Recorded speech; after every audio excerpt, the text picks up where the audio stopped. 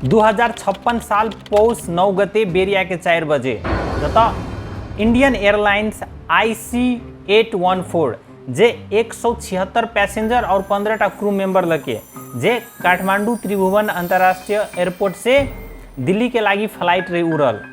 और वही उड़े के क्रम में नेपाल में से 5टा आतंकवादी उ प्लेन के हाईजैक कर ले जो 5टा हाईजैकर आतंकवादी रहे ओकर प्लान रही कथी प्लेन के इंडिया से हटा के पाकिस्तान में लैंड करवे के मगर वही ठाम जो पायलट रहे वो कथी कही का तेल नहीं है प्लेन क्रैश कर देते वही के बाद ये प्लेन अमृतसर में लैंड करे लैंड करला के बाद वही ठमन देखी गतिविधि नहीं ठीक तो ये आतंकवादी फिर से वो प्लेन के उड़ा गन रख के कनपट्टी पर उड़वेला कहे उसके बाद वो प्लेन उड़ा के जबरदस्ती प्लेन पाकिस्तान में ल जाए और पाकिस्तान के जो लाहौर में जो एयरपोर्ट है वो तो परमिशन मांगे है ये प्लेन हमरा उतारे दे तो कथी है तहिया पाकिस्तान और इंडिया के जो कारगिल युद्ध रहे भैल तो वो संबंध अच्छा नहीं रहे कि हम इंडियन प्लेन के उतरे के अनुमति नहीं देवा था नहीं उतारू वही के बाद जो हाईजैकर सब रहे वो कही का सिग्नल वगैरह कही मैसेज कही अगर प्लेन ने गिरवे देते इठमन उतार देते तो लाहौर के कोनो शहर में गिर पड़ते और क्रैश कर देते ऐसे पाकिस्तानों आदमी मर जाते तो वही के बाद ये जे रही का पाकिस्तान अलाउड करे का वो प्लेन लैंड करे का लाहौर में लैंड करला के बाद तेल सेल भरा के ओकरा जाए के रही पाकिस्तान से अफगानिस्तान तो अफगानिस्तान में कभी 1990 दिस तो यहाँ रात में उतारे के सिस्टम नहीं रहे लैंड करे के सिस्टम नहीं रहे तो वो प्लेन ठेक दुबई ला जाए दुबई लेला के बाद इंडिया गवर्नमेंट जो गप करे कि हमार प्लेन है लैंड करे दियो दुबई सरकार लैंड करे दे वही ठमन कुछ बच्चा के कुछ घायल आदमी के छोड़ दे वही के बाद वो प्लेन दुबई से भोर में अफगानिस्तान पुंगे ही अफगानिस्तान कांदाधार एयरपोर्ट में उतरे ही और उतरला के बाद जब 5टा हाईजैकर रहे वो डिमांड करे है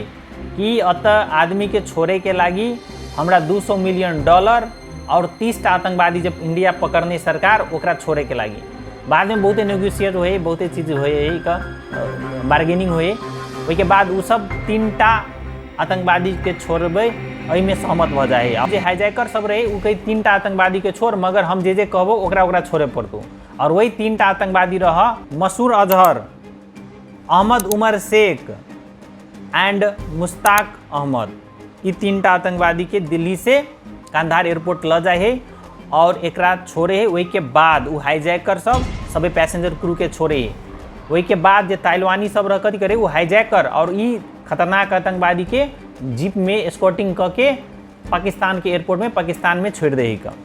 और यहाँ छोड़ला के बाद जैश-ई-मोहम्मद जहन आतंकवादी संगठन के जन्म हुए और इंडिया में खतरनाक अटैक सब हुए Pulwama attack parliament bomb blast attack अति बस स्टेशन ब्लास्ट एहन अटैक सब हुए वो घटना सबके इन्वेस्टिगेशन करला के बाद ये मालूम चले कि नेपाल में एगो खुफिया खतरनाक आतंकवादी रहे से ठमन ओकर नाम रहे मिराजुद्दीन कादुन नाम के आतंकवादी रहे वह सब कादुन 5टा डुप्लीकेट अथी पासपोर्ट बना के हथियार सब काठमांडू के एयरपोर्ट में छिड़ा के ओकरा सब देने रहे बात आयल रही तो नेपाल में तो यहाँ मतलब सिक्योरिटी सब ओते टाइट नहीं रहे एक्सरे सब नहीं रहे मेटल डिटेक्टर सब नहीं रहे वही द्वारा ये घटना सब पहने रहे भैल मगर अभी भी बहुत आसानी तरीका से नेपाल में आतंकवादी सब आब के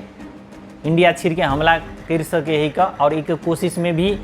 शायद रहे है और होते और जे हाले साल में जे पहलगाम अटैक जब भैल रहा वही के बाद जे ऑपरेशन सिंदूर जे इंडिया लॉन्च करने हाँ वही में मसूद अजहर के घर के 8-10 आदमी मरल गया है का आप देखियो ये सब इतने घटना भेला के बाद हो सके नेपाल के फिर वो सब प्रयोग कर सके कैला कि आतंकवादी सबके सबसे आसान तरीका नेपाल से छिड़ना है इंडिया में तो अही में हमरा लगे नेपाल सरकार के ज़्यादा चांसो दे पड़ते टाइट करे पड़ते सब ठाव में और अहाँ के ई घटना में कथी कहला चाहिए कमेंट कर दे वीडियो निक लागल हो तो शेयर कर देवे फॉलो नहीं करने तो फॉलो कर देवे धन्यवाद।